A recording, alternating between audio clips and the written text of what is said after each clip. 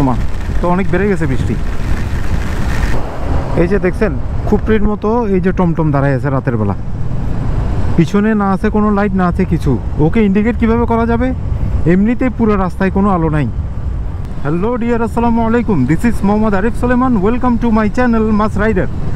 আশা করি আপনারা সবাই ভালো আছেন, আল্লাহর অশেষ মেহেরবানি আমিও ভালো আছি। আমি আমি আমি আমি আমি এখন আছি হচ্ছে, এটা কি, এটা হচ্ছে ইয়াতে, ওই চট্টগ্রাম থেকে বেরোচ্ছি। এখন 1 কিলোমিটার, অর্থাৎ এই বদরা ফ্লাইওভার পার হয়ে এখন 1 কিলোমিটার হয়ে শাহ আমানত নতুন ব্রিজ দিয়ে এরপরে Cox's Bazar road. Yes dear viewers, I am going to Cox's Bazar. একটা ব্যক্তিগত কাজ আছে আমার, তো কক্সবাজার যাচ্ছি ওই পারপাসে। কক্সবাজারের মতো জায়গায় যদি কোনো কাজ থাকে তাহলে তো বেড়ানোর তো একটা বিষয় আছেই। তো এই কারণেই এখন রওনা হয়ে গেছি অলরেডি। আমি স্টার্ট করছি 3:20, এখন 3:35। এখন অলরেডি রাজাখালী চলে আসছি। আবহাওয়াটা অনেক সুন্দর। এখন 3:35, রোদ থাকার কথা, কিন্তু মাশাল্লাহ এত রোদ তো নাই, প্লাস একটা ঠান্ডা বাতাস। এ কালো দোয়া না, বাতাসের কথা বলছি। একটা ঠান্ডা বাতাসের ছোঁয়া গায়ে লাগতেছে, এটা খুবই ভালো। বাট একটা ভয় আছে, সেটা হচ্ছে যদি বৃষ্টি নামে তখন আবার রেইনকোট পরে রেইনকোটের ভিতর ঢুকে যেতে হবে। আর এমনিতেই এরকমই যদি থাকে তাহলে তো ওয়াহ, কোনো কথাই নেই। চট্টগ্রাম থেকে বের হওয়ার পথে শাহ আমানত ব্রিজের আগে এরকম জ্যাম দেখলে, মানে দুনিয়ার বাস এক জায়গায় দাঁড়ানো দেখলে মনে করবেন আপনি শাহ আমানত ব্রিজের মুখে চলে আসছেন। এখানে কিন্তু এই যে যেমন এইদিকে ভিতরে কিন্তু অনেক জায়গা, ভিতরে রীতিমতো একটা বাস স্ট্যান্ড, কিন্তু সমস্ত বাস তাদের পছন্দ হচ্ছে এই চলাচলের রাস্তাটাই। রাস্তাকে যেমন তারা চলাচলের জন্য পছন্দ করে, ঠিক তেমনি দাঁড়ায় লোক তোলার জন্য এই রাস্তাটাকেই বেশি পছন্দ করে।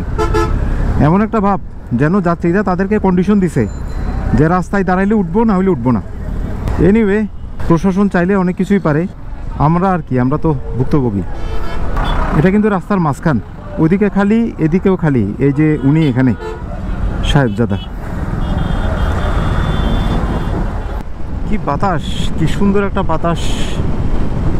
এই পুরা এইরকম আবহাওয়ার মধ্যেই যদি চলে যেতে পারতাম, জাস্ট অসাম, তাহলে তো কোনো কথাই ছিল না। ও মানে কোনো রকম ক্লান্তি ছাড়া, টায়ার্ডনেস ছাড়াই একদম আরামসে চলে যেতাম। ওয়াও, যে বাতাস দেখছেন।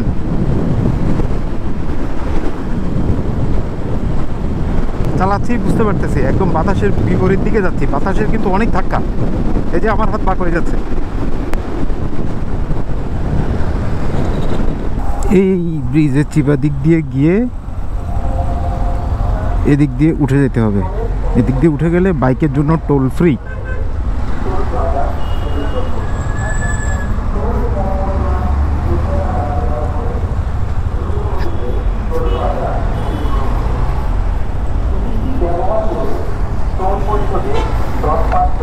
ওকে, ব্রিজ পার হয়ে এখন মসজিদটা থেকে কক্সবাজার রুটে উঠে যাচ্ছি।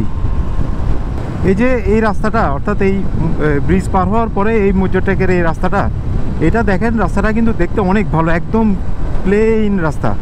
কিন্তু এই রাস্তায় একটা ভয়ঙ্কর ব্যাপার আছে। ভয়ঙ্কর ব্যাপারটা হচ্ছে এই যে এখানে ক্যামেরায় বুঝবেন না, এটা কিন্তু রাস্তাটা কিন্তু এভাবে মানে সমান না, এই সারফেসটা এবার একদম প্লেন না, এটা এভাবে ঢেউ খেলানো।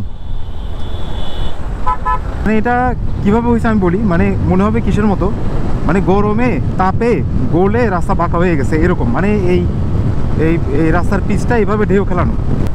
বাইক বা গাড়ির চাকা যখন এই জায়গায় পড়বে তখন কিন্তু এটা একটু সমস্যা করবে, মানে আপনার গাড়ির ব্যালেন্স ঠিক পাবেন না আপনি। এটা খুব সাবধান এই রোডে। বৃষ্টির ফোঁটা অলরেডি পড়তেছে মনে হচ্ছে, কারণ ভাইজারের উপরে গুড়ি গুড়ি বৃষ্টি পড়তেছে। এর আগে লাস্ট যখন কক্সবাজার গিয়েছিলাম, এই যে এই ডাইনে বাঁশখালী রোড দিয়ে গেছিলাম। এখন যাব না, এখন বাম দিক দিয়ে অ্যাজ ইউজুয়াল পটিয়া, সাতকানিয়া, লোহাগড়া হয়েই যাব। একদম ভোরে যদি রওনা হইতাম তাহলে ওই রোডটা ঠিক আছে, ওই রোডটাও তখন ফাঁকা ফাঁকা থাকে, চলে যাওয়া যায়। এখন ওই রোডটা অনেক রাশ থাকবে, ওই রোডটা এমনিতেই ন্যারো, তার উপর গাড়ি যেহেতু প্রচুর চলাচল করে, অনেক রাশ থাকবে। বৃষ্টি তো পড়তেছে ফোটা ফোটা। এখন ক্যামেরা তো কি করব, এমন একটা জায়গায় আসছি দাঁড়ানোর কোনো স্কোপ তো নাই। আচ্ছা, ট্রেনে একটু সামনে যাই, দোকানপাট দেখে দাঁড়াইতে হবে। বৃষ্টি পড়তেছে, ওমা, তো অনেক বেড়ে গেছে বৃষ্টি।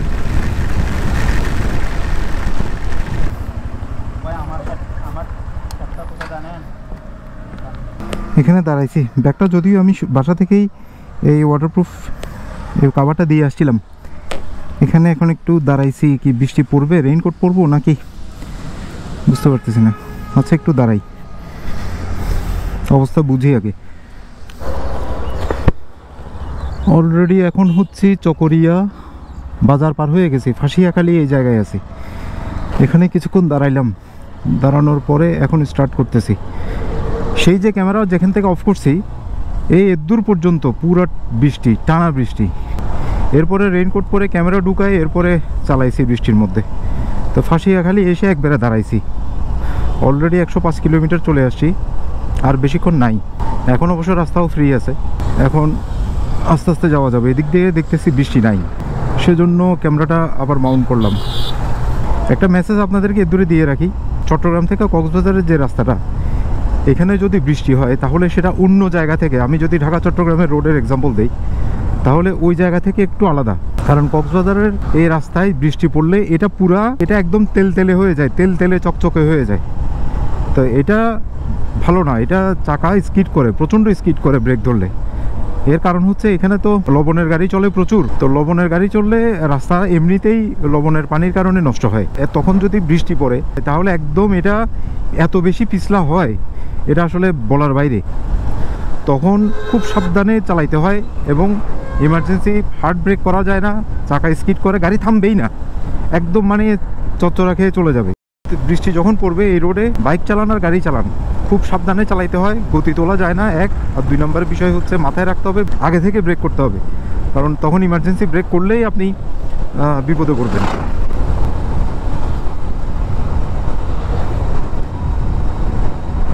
এমনিতে এখন কক্সবাজারের রোডটা আগের চেয়ে অনেক ভালো, কিন্তু রাস্তা সরু এক। আর 2 নম্বরের বিষয় হচ্ছে অনেক গাড়ি, প্রচুর গাড়ি এই রাস্তায়, রাশ বেশি।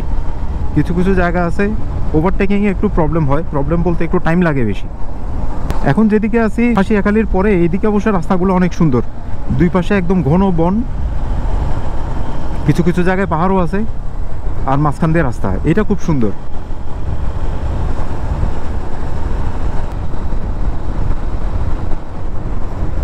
এই রাস্তাটার একটা প্রবলেম হচ্ছে একটু পরপরই বাজার, যার ফলে এখানে টমটম, সিএনজি, টেম্পু সবই চলে, বড় গাড়ি তো আছেই। আবার এখানে যে লোকাল যে গাড়িগুলো আছে, টেম্পু, টমটম, সিএনজি, এগুলো আবার একদম ওই যে রাস্তার উপর দাঁড়া করায় লোকজন ওঠানামা করে। তো এগুলো একটু ভয়ঙ্কর, যার ফলে এই রোডে অ্যাক্সিডেন্টটা একটু বেশি হয়। সেজন্যই অন্যান্য হয় হচ্ছে এই রোডের প্রকৃতিটা একটু আলাদা, আচরণটা একটু আলাদা। আলাদা বলতে খারাপ করতে, অর্থাৎ এখানে অনেক সাবধানে, অনেক সচেতনভাবে চালাইতে হয়, সেটা আপনি বাইক চালান আর গাড়ি চালান, যাই চালান।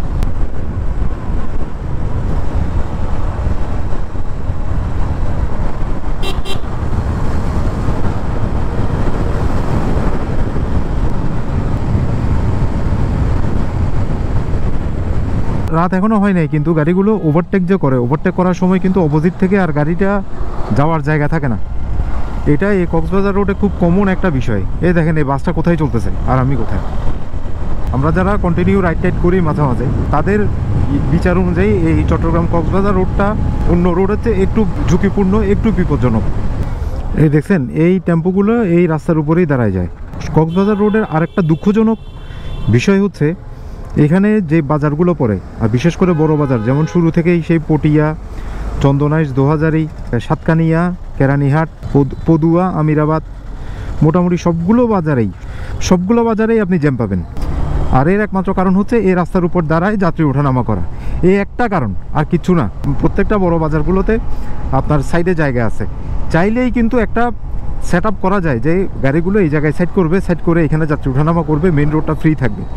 কিন্তু না, আমি তো সেই শাহমানত ব্রিজের আগে যেটা বললাম, ড্রাইভারদের মনে হয় যে রাস্তার উপর দাঁড়াইলেই মনে হয় যাত্রী ওঠানামা করবে, আদারওয়াইজ রাস্তা সাইড করে দাঁড়ালে যাত্রীরা উঠবে না, এই ধরনের একটা মনোভাব মনে হয় তাদের আছে।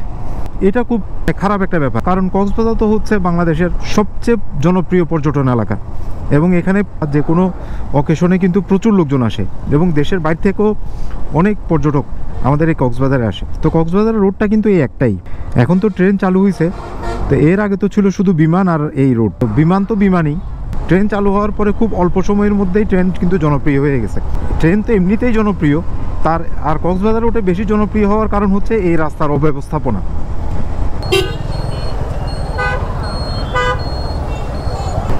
এই যে দেখছেন খুপড়ির মতো এই যে টমটম দাঁড়ায় আছে রাতের বেলা, পিছনে না আছে কোনো লাইট, না আছে কিছু। ওকে ইন্ডিকেট কিভাবে করা যাবে? এমনিতেই পুরো রাস্তায় কোনো আলো নাই।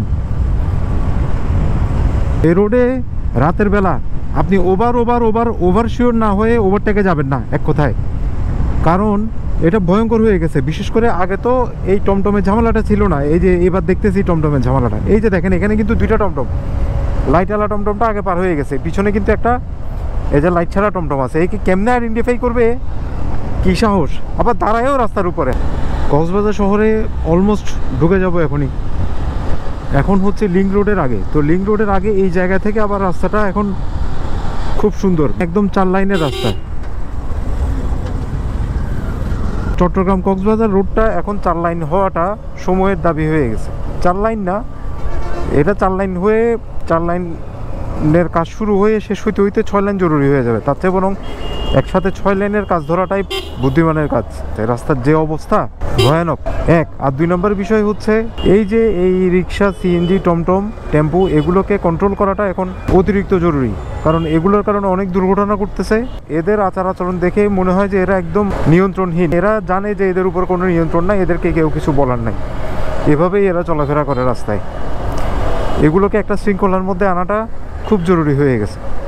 এই রোডের প্রশ্নটা করতে করতেই আবার সরি বলার মতো অবস্থা। এই রোডটা হয়েছে কয়দিন হয়েছে, এর ভিতরে চিরাচরিত নিয়ম অনুযায়ী অর্ধেক রাস্তা শেষ, অর্ধেক রাস্তা বেদখল, বাজার, মানুষজন, পার্কিং মিলাই অর্ধেক রাস্তা নাই।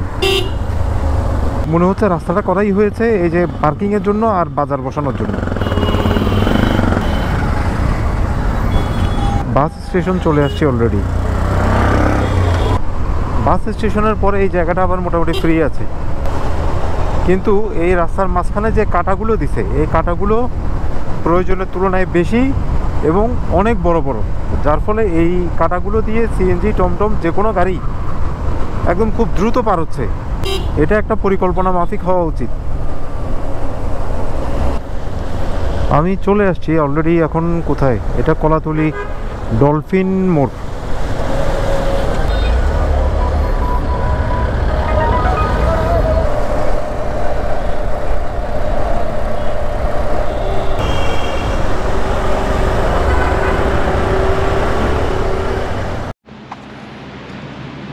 ওকে ডিয়ার, ফাইনালি হোটেলে এসে পৌঁছালাম।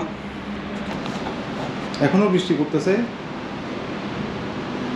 পুরো রাস্তায় বৃষ্টি ছিল। এই শেষের দিকে মনে করছিলাম ওই যে ফাঁসিয়াখালীর পরে বৃষ্টি থাকবে না, কিন্তু তাও দেখি বৃষ্টি। সময়ও হয়ে গেছে প্রায় 9টা।